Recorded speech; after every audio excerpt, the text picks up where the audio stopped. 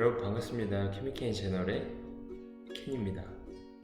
오늘은 여러분들과 cystic fibrosis에 대해서 공부를 해볼까 합니다. cystic fibrosis는 이제 제가 요즘에는 소아과 로테이션에 있는데 소아과랑 밀접하게 관련이 있어요. 왜냐하면 cystic fibrosis는 일단 그 유전적 질병이고 또 이제 태어나자마자 얼마 안 돼서 이제 알 수 있는 나타나는 그런 질병이기 때문에 소아과에서 다루고 있는 것 같아요. 어쨌거나 cystic fibrosis에 대해서 공부를 해보도록 하겠습니다. 시작하기 앞서서 우리가 이제 점액에 대해서 한번 얘기를 해볼게요. 우리가 이제 생각하는 그 뮤커스 점액은 어떤 형태일까요? 뭐 점액이라 그러면은 침이 있고 뭐 눈물, 콧물 뭐 이런 게 있잖아요. 보면은 어때요? 막 투명하고 막 watery하고 막 흘러가는 느낌이잖아요. 근데 cystic fibrosis는 이 질병이 있는 분들은 이게 thick하고 그리고 sticky해요. 달라붙어요. 눈물이 막 달라붙고 thick하진 않잖아요. 그래서 이런 차이가 있다. cystic fibrosis는 이제 제가 여기다 적었는데 thick and sticky mucus 이게 cystic fibrosis다. 딱 이것만 먼저 생각을 하시면서 이제 cystic fibrosis 한번 시작을 해볼게요. cystic fibrosis는 아까 말한 것처럼 유전적 질병이에요. 근데 이건 외분비계 문제로 인해 생기는 거고요. 외분비계가 뭔지는 이따가 한번 설명을 해볼게요. 일단 외분비계의 문제로 생기는 질병이고, 그리고 autosomal recessive genetic disorder이라고 해서 이제 어떤 말이냐면 이제 엄마 아빠가 이렇게 있어요. 제가 그림을 잘 못 그리지만 엄마 아빠가 이렇게 있는데 엄마 아빠가 예를 들어서 반은 그 cystic fibrosis의 유전자가 있는 캐리어예요. 다 두 명 다. 그러면 이 밑에서 나올 수 있는 아기의 그 유전자는 이런 형태가 되겠죠. 확률은 자 이렇게 돼 있어요. 근데 여기서 이렇게 네 가지의 확률이 있는데 이 중에서 cystic fibrosis의 증상이 있는 유전자는 이거 하나가 되는 거예요. 이거 두 개는 캐리어고 증상은 없고 캐리어예요. 그래서 이거는 아예 없는 거고, 그리고 이 유전자만 이제 영향을 받는 거죠. 자, 이거를 바로 그 autosomal recessive genetic disorder이라고 합니다. 자, 그리고 CFTR이라고 제가 적어놨는데 CFTR은 뭐냐? 일단 cystic fibrosis transmembrane regulator 줄임말로 여기에다가는 프로틴 게이트라고 제가 타입을 해놨는데, 일단 세포가 이렇게 있으면 세포벽이 이렇게 있어요. 근데 그 세포벽에 이렇게 프로틴 게이트가 있어요. 문이 있어요. 근데 여기를 이제 소디움이나 클로라이드가 왔다 갔다 하잖아요. 근데 그거를 통제하는 게이트예요. 근데 그게 프로틴이고요. 아시죠? 이걸 조절하는 그런 프로틴인데 이게 결함이 생긴 거예요. 그래서 나타나는 증상이다. 그래서 이거를 이제 짧게 얘기하자면 뭐냐, 이 CFTR이라는 게 문제가 생겼어요. 그래서 나타나는 유전적인 질병이다. 이렇게 아시면 될 것 같아요. 자, 그러면 어떻게 영향을 줄까? 제가 여기 major complication이라고 적어놨는데 일단 어디에 영향을 주냐면 이제 호흡기 upper and lower 호흡기에 영향을 주고, pancreas 이게 췌장인가요? pancreas에 영향을 주고, 창자, 피부, 그리고 생식기계, 그리고 쓸개즙 이렇게 영향을 준다. 이렇게만 아시고 밑에 자세하게 설명을 하도록 하겠습니다. 자, 일단 cystic fibrosis 자체가 이제 유전적인 태어날 때부터 갖고 태어나는 질병이기 때문에 이제 아기 때 알 수가 있어요. 근데 그 증상들이 처음에 나타나는 sign and symptom을 제가 줄여서 SS라고 적어놨는데 sign and symptom이 뭐가 있냐면 일단 salty baby 이게 뭐냐? 애기가 너무 귀여워. 태어났는데 애기가 너무 귀여워가지고 볼에다 뽀뽀를 했어요. 근데 입술이 너무 제 입술이 너무 이게 짠 거예요. 애기가 짜. 그런 증상. 그리고 메커니움 일리어스라고 해서 이제 메코니움은 뭐라고 하냐면 아기가 태어나서 처음 싸는 대변을 메코니움이라고 합니다. 근데 그게 일리움이라는 부위에서 막힌 거예요. 그래서 메코니움 일리어스. 그래서 아기가 첫 대변을 못 싸는 거죠. 그런 증상으로 알 수가 있고, 그리고 또 호흡기가 이제 어떤 문제가 생겨서 그런 식으로 또 이제 cystic fibrosis가 있구나라는 걸 의심할 수 있는 증상이 있다는 거죠. 자, 그럼 이번에는 제대로 된 다이그노스틱 테스트를 볼게요. 이제 아까 말한 처음 이런 증상들이 있어가지고 안 되겠다, 검사를 한번 해봐야 되겠다 하면 이제 제대로 검사를 해야 되는데, 테스트가 일단 대표적으로 한 개 있어요. 한 개. 사실 여기 밑에 제네릭 테스트라고 했는데 이거보다는 이제 이게 중요하기 때문에 제가 여기 빨간색으로 표시를 했죠.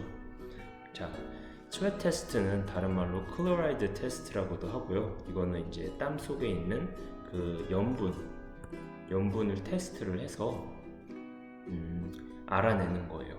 자, 근데 그 땀을 이제 electric current를 사용해서 이제 땀을 이제 내야 되잖아요. 그래서 땀을 내서 파일로카르핀이라는 기계로 이제 매저를 하는 겁니다. 근데 이제 여기 기준이 뭐냐?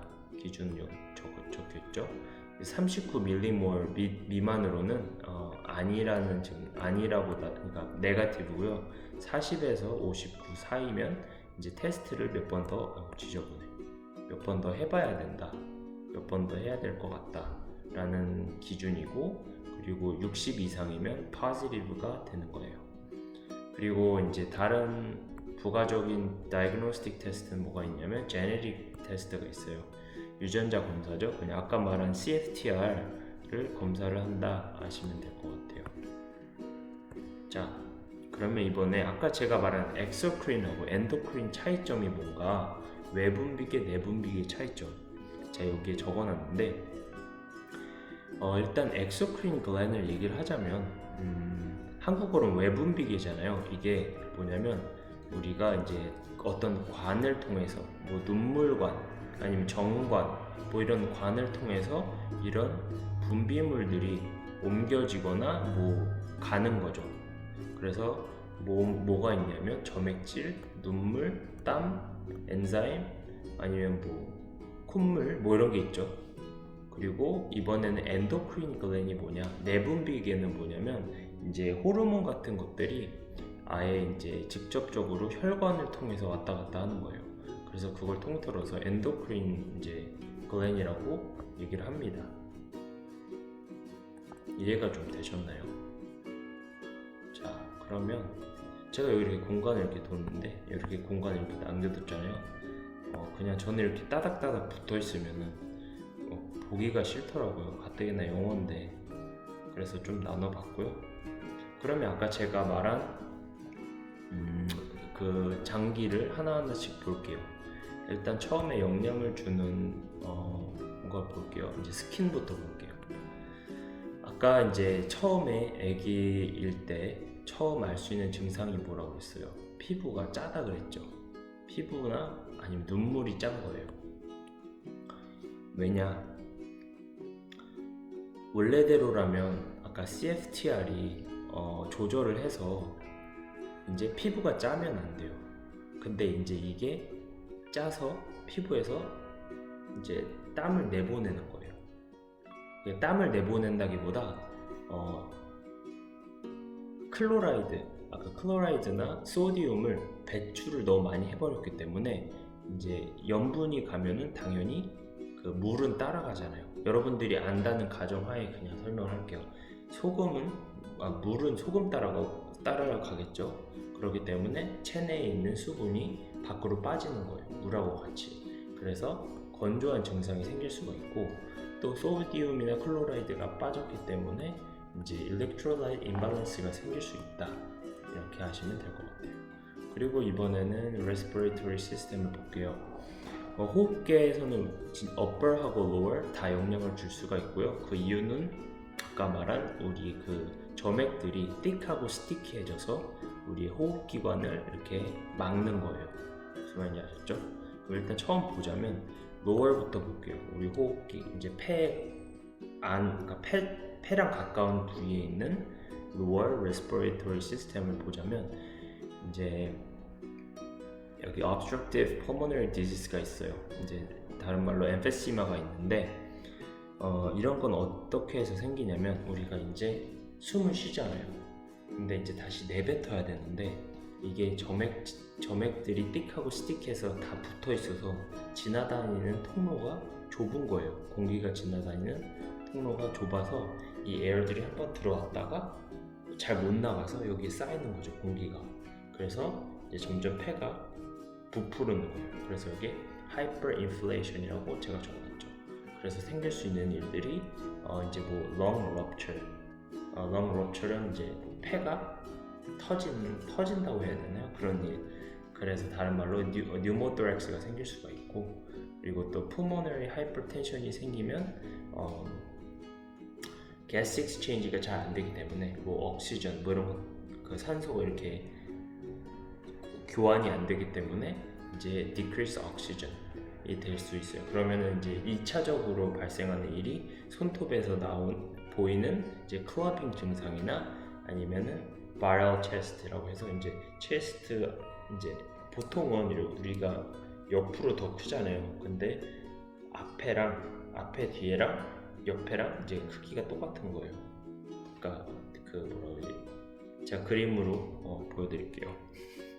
자, 이번에는 upper respiratory system 뭐가 있냐면 이제 비강 쪽이라고 해야 되나? 그쪽에 문제가 생기거나, 왜냐면 너무 많은 점액들이 나와서 다 막힌 거예요. 코가 텁텁하고, 그래서 막 답답하고 코가, 그리고 뭐 이제 코를 곤다거나 이런 증상이 생길 수가 있고, nasal polyps라고 해서 이제 비강 쪽에 이런 동그란 낭포라고 해야 되나요? 그런 어떤 그런 것들이 생길 수가 있다. 이것도 그림으로 따로 올리도록 하겠습니다. 보고 계시죠, 그림? 자, 그러면 이번에는 GI 시스템을 볼게요. 소화기관에 관련해서 보자면, 소화기관에는 이제 췌장 맞겠죠? 췌장, 팬크리아스랑 밀접한 관련이 있어요. 팬크리아스는 되게 중요한 게 뭐냐면 우리가 소화할 때 필요한 그런 엔자임들을 다 이렇게 생성을 해요. 그리고 인슐린을 또 생성을 합니다. 근데 그런 것들을 못 해요. 왜냐면 팬크리아스 안에 있는 그런 관들이 다 막혔잖아요. 이렇게 있으면 이렇게 이 췌장이에요. 그럼 여기 이렇게 뭐 예를 들어서 뭐 관들이 있어. 근데 이게 다 막힌 거야. 그럼 이제 이게 활동을 못 하는 거죠. 이제 망가진 거야. 그래서 엔자임을 생산을 못 해요. 뭐 엔자임 중에 뭐가 있냐면 프로티에이스가 있고 아밀레이스, 라이페이스 이런 게 있어요. 그러면 생기는 일들이 이제 지용성 비타민, 그 fat soluble 비타민이나 아니면은 그 지방, 단백질의 소화와 흡수를 할 수가 없는 거죠. 근데 왜 도와줌으로 돼 있는데 도와줌이 아니고 못 도와줌. 왜냐면 안 나오기 때문에. 자, 그리고 이번에는 또 중요한 거, 인슐린을 이제 생산을 못 하잖아요. 이제 인슐린이 하는 일이 혈관의 혈당을 조절을 하는 건데, 그거를 하지 못하게 되면 이제 다이비티스, 이걸 뭐라 그러죠? 당뇨가 생길 수가 있죠. 아셨죠? 그래서 이제 나타나는 증상들을 보면 weight loss, malabsorption이 있는데, weight loss랑 malabsorption이 일어나는 일들은 그러니까 체중 감량과 흡수가 안 되는 그런 일이 생기는 이유는 뭐예요? 이제 아까 우리의 소화기관에 소화할 때 필요한 엔자임들이 나오지 않기 때문에 흡수를 못 해요. 그러면 그 음식물들이 흡수가 안 되면 다 그냥 대변으로 나오기 때문에 당연히 이제 체중이 감소하겠고 흡수가 안 되겠죠. 음식은 흡수도 안 되고. 그리고 특히 지용성 비타민 이렇게 돼 있는데 이제 이거는 제가 외우기 쉽게 데카라고 적어놨어요. 뭐 바이타민 A, 바이타민 D, E, K 뭐 이런 게 있는데 이런 거를 흡수를 못한다. 그래서 이런 지방이나 프로틴 음식, 지방 단백질 음식을 흡수를 못하기 때문에 이제 어떻게 돼요? 그걸 흡수를 못하면 음식이 부서지긴 부서졌어. 근데 흡수를 못하기 때문에 그냥 대변으로 그냥 나오게 되는 겁니다. 그러면은 그냥 이렇게 여기 greasy하고 foul한 대변이 나오겠죠. 그리고 bloating은 뭐냐? 이제 좀 배가 더부룩하고 막 빵빵한 느낌 있잖아요. 그런 느낌을 bloating이라 하고, 그리고 설사, 소화를 이게 흡수가 안 되기 때문에 이제 다 배출하기 때문에 설사가 생길 수가 있다. 설사를 할 수도 있다. 이렇게 아시면 될 것 같아요. 제가 설명할 때 숨을 참고 있나 봐요. 되게 숨이 차는데 조금만 천천히 한번 얘기를 할게요. 자, 이번에는 이제 창자 관련해서 아까 말한 이제 cystic fibrosis가 있는 아기들은 메코니움 일리어스가 생길 수가 있고요. 이제 어느 정도 나이가 있을 때는 이제 DIOS라고 해서 Distal Intestinal Obstruction Syndrome, 그냥 이제 뭐라고 해야 될까요? 이제 창자가 방해를 받아서 생기는 어떤 그런 증상들을 그냥 DIOS라고 생각을 하시면 될 것 같아요. 이런 게 생길 수가 있고, 자, 이번에는 간을 볼게요. 간은 이제 담관이랑 밀접한 관련이 있어요. 담관에서도 이렇게 뮤커스가 나올 거 아니에요. 점액이 나올 텐데 이것도 띡하기 때문에 이제 그런 담석이 생길 수가 있다. 이렇게 아시면 될 것 같고요. 그리고 이번에는 생식기관에 대해서 한번 볼게요. 별 설명은 없지만 이걸 한번 얘기를 해보도록 하겠습니다.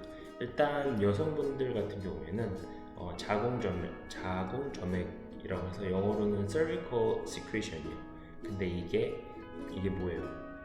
원래는 이제 정자가 들어갔을 때 이렇게 움직이는 걸 도와주거나 이렇게 해야 되잖아요. 근데 이게 너무 thick하고 sticky하기 때문에 정자가 진입을 할 수가 없는 거죠. 그래서 임신이 힘들거나 이제 남자 같은 경우에는 정관이 막혀버리거나 그러니까 이런 뮤커스 점액이 thick해서 막아버려서 정자가 갈 수가 없거나 아니면 정자 생성 자체가 안 돼요. 그래서 임신이 힘들다, cystic fibrosis 환자는 이렇게 아시면 될 것 같아요. 잠깐 이제 쉬는 말로 엑스트라 정보를 드리자면, 옛날에 뭐 1960년도 같을 때는 이제 cystic fibrosis가 있으면 한 10몇 살에 죽곤 했대요. 왜냐면은 이제 별로 의료가 발달이 안 됐고 했는데 요즘에는 좀 발달이 됐는데도 많이 살아도 한 50살 전까지밖에 못 산다고 합니다. 아무튼 엑스트라 인포메이션 있고요. 그리고 이번에는 간호사 개입이라고 해야 되나요? Nursing Intervention을 볼게요. 간호사로서 집중해서 관리를 해야 될 거, 환자를 볼 때 뭘 봐야 하냐면 이제 호흡계, 그리고 Nutrition, GI Blockage and Infection 이렇게 있어요. 그래서 이제 처음에 제일 중요한 Respiratory를 볼게요. Respiratory 아까 말한 대로 이제 호흡기 관들이 이렇게 있잖아요. 뭐 트래키아, 뭐 브론카 이렇게 있는데, 죄송해요. 제가 한국말로는 처음 배우는 게 영어로 배워서 한국말로는 몰라서 영어로 할게요. 트래키아나 브론카이가 있는데 거기에서도 점액질이 나오는데 그 점액들이 띡하고 스틱해서 다 뭉쳐가지고 이제 너무 많은 상태에서 문제가 생겼는데 그거를 없애려면 어떻게 해야 돼요? 거기에서 나오는 점액들을 최대한 배출을 시켜야 되죠. 이렇게 입을 통해서 이렇게. 자, 그러면 어떻게 해야 되는지 볼게요. 일단 처음에는 chest physiotherapy라는 게 있어요. 이거는 뭐냐? 뭐가 있냐면 postural drainage가 있어요. postural drainage에는 percussion이나 huff coughing이 있는데, percussion이라고 하면은 그냥 영어만 바로 해석을 하자면 이렇게 치는 거예요. 치는 건데 여기 등이나 아니면 옆에를 이렇게 치는 거예요. 근데 어떤 형태냐면 환자를 시스틱 파이브로시스 있는 환자를 이제 옆으로나 이렇게 해서 뭐 눕혀가지고 살짝 기울여요. 엉덩이가 살짝 더 위로 가게. 그 다음에 이제 그 폐 중에서도 이렇게 좀 점액이 많은 곳을 듣잖아요. 처음에 이렇게 청진기로 들으면 점액이 많은 부위를 알 수가 있는데 그 부분을 집중적으로 이렇게 톡톡톡 치는 거예요. 이렇게 치면은 이제 그것 때문에 기침도 하게 되고 뭐 일부러도 해도 되고 그런 허프 커핑 이런 걸 해서 이제 그런 점액들을 최대한 배출을 시키는 거죠. 그래서 그런 거를 하루에 2번에서 4번 20분에서 1시간씩 해주시면 되는데 이제 빈속에 해야 되겠죠. 안 그러면은 음식물이 다르게 나오기 때문에 이렇게 막 음식물 많은데 막 이렇게 치면은 좀 거북스럽겠죠. 그리고 이제 펩 디바이스가 있는데 펩은 이제 Positive Expiratory Pressure이라는 거를 줄여서 얘기한 거예요. 그래서 펩 디바이스는 뭐냐? 되게 막 거창한 것 같지만 그냥 조그만 이런 조그만 무슨 이런 게 있어요. 이런 걸 그냥 불어 제끼는 거예요.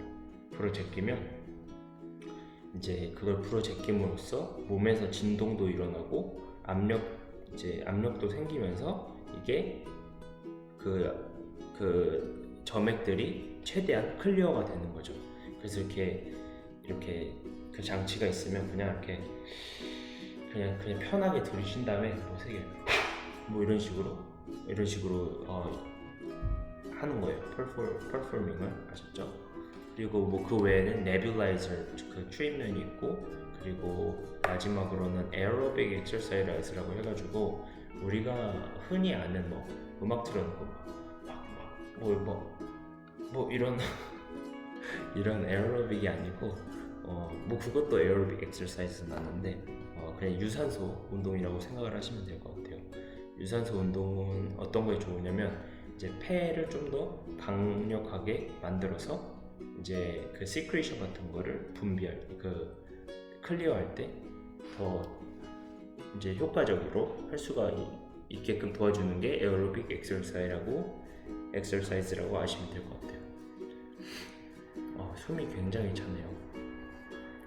자, 이번엔 뉴트리션은 아까 우리가 이제 팬크리아스에서 엔자임들이 나온다 그랬잖아요. 우리가 소화를 할 때 필요한 그런 엔자임들이 나와야 되는데 그거를 못 나오게 하기 때문에 우리가 따로 섭취를 해야 돼요. 그 이제 약이 뭐가 있냐면 팬크리라이페이스가 있고 팬크리틴이 있어요. 근데 절대로 부셔 먹거나 씹어 먹으면 안 되고요. 또 하나의 팁이라고 하면은 이제 애시딕 푸드 있잖아요. 뭐 예를 들어서 딸기잼이 아니고 뭐 사과잼, 사과 소스 뭐 이런 거에다가 이렇게 그 알약 같은 거는 이렇게 반 열어가지고 이렇게 딱 떠들여가지고 섞어서 애기들 이렇게 주면은 잘 먹을 것 같아요. 그런 식으로 줘도 좋다 이렇게 아시면 될 것 같고요. 그리고 또 이제 칼로리 면에서는 왜 여기다 하이 칼로리라고 적어놨냐? 그리고 하이 칼로리라고 적어놓은 이유는 아까 뭐 팬크리아스에서 엔자임도 나오지 않고 이게 정상적이지가 않잖아요, 창자가. 그렇기 때문에 보통 사람보다 이제 흡수도 느리고 그런 거예요. 그렇기 때문에 일반인보다 더 많이 이제 칼로리를 더 많이 드셔야 되고요. 최대한 이제 단백질과 지방이 많이 함유되어 있는 걸 집중적으로 드시면 될 것 같아요. 자, 그리고 이제 Fat Soluble Vitamin이라고 되어 있는데 그 바이타민은 바이타민 D, 바이타민 E, 바이타민 K, 바이타민 A가 있습니다. 이건 아까 말한 것처럼 흡수가 안 되기 때문에 따로 이렇게 섭취를 하셔야 되고요. 그리고 여기 밑에다가 extra water하고 salt라고 되어 있는데 아까 말한 것처럼 피부를 통해서 너무 많은 이제 소디움과 클로라이드가 나오는데 이 염분들이 나올 때 물하고 같이 나오겠죠. 왜냐면 물은 소금을 좋아하기 때문에. 그래서 같이 나오면 너무 몸이 체내가 건조해질 수가 있기 때문에 물을 섭취하셔야 되고, 클로라이드나 소디움이 모자라는 경우가 생길 수가 있기 때문에 따로 그 이제 염분이 있는 음식을 섭취를 하셔야 될 것 같습니다. 자, 이번에는 GI 블로키지가 있어요. 아까 말한 것처럼 창자에 많은 이제 뮤커스, 점액들이 많기 때문에 어떻게 보면 이게 막힐 수가 있단 말이에요. 그래서 이런 것들을 좀 묽게 만들기 위해서 물을 최대한 많이, 적어도 하루에 3리터 이상을 마셔야 하고요. 그리고 이제 그 대변이 너무 많이 뭉쳐서 대변을 못 보시는 분들을 위해서 스투 소프너 약을 처방해 드리면 될 것 같습니다. 자, 이번에는 인펙션을 볼게요. 인펙션은 뭐 없어요. 그냥 우리가 일반적으로 알고 있는 그런 그 병을 감염되는 걸 피하는 거죠. 뭐 플루 시즌에 백신을 잘 맞는다던가, 아니면은 뭐 이제 아프신 분들 있으면은 그 옮지 않기 위해 최대한 피한다던가. 왜냐면 이제 시스틱 파이브로시스 환자가 있는 분들은 좀 더 그런 병을 걸리기에 쉽고 더 많이 아플 수가 있기 때문에 이런 걸 조심하셔야 되고요. 그리고 항상 마스크를 끼셔야 합니다. 자, 이번에는 마지막으로는 마지막인가요? 마지막이네요. 자, 마지막으로는 Monitor Blood Glucose Level이 있어요. 이건 뭐냐면 아까 이제 말한 팬크리아스에서 인슐린은 분비를 못해요. 그러면 혈당이 조절이 되지 않고, 그렇기 때문에 그로 인한 합병증들이 생길 수가 있단 말이에요. 그래서 그런 걸 방지하기 위해서 항상 그 체크를 하셔야 되고요. 혈당을 이제 시스틱 파이브로시스 환자분들은. 그리고 이런 거를 이제 항상 뭐 1분마다 이걸 검사를 할 수가 없잖아요. 그렇기 때문에 어떤 저혈당 증상들이나 고혈당 증상들을 미리 간호사로서 환자분들께 교육을 시켜드리면 그런 걸 알 수 있게끔 그런 걸 교육을 시켜준다, 이런 거를 아시면 될 것 같아요.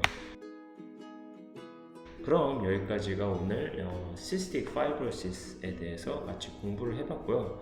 사실 제가 오늘 이렇게 여기 워드에다가 다 적어놨는데, 필요하신 분들은 따로 밑에 댓글 남겨주세요. 제가 이건 사실 노트 여기 이렇게 일일이 적어놓은 거를 여기다 다시 옮겨 적은 거예요.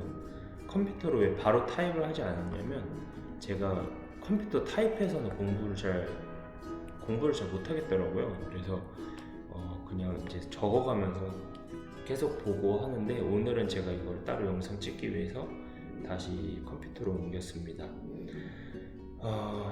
제가 설명하면서 숨을 잘 안 쉬나 봐요. 오늘은 최대한 제 말투로, 그리고 좀 더 편안하게 했는데 여러분들도 편안하게 들으셨었으면 너무 좋겠네요. 어쨌거나 또 다음 영상에서 더 유익한 정보로 여러분들께 찾아뵙도록 하겠습니다. 그럼 그때까지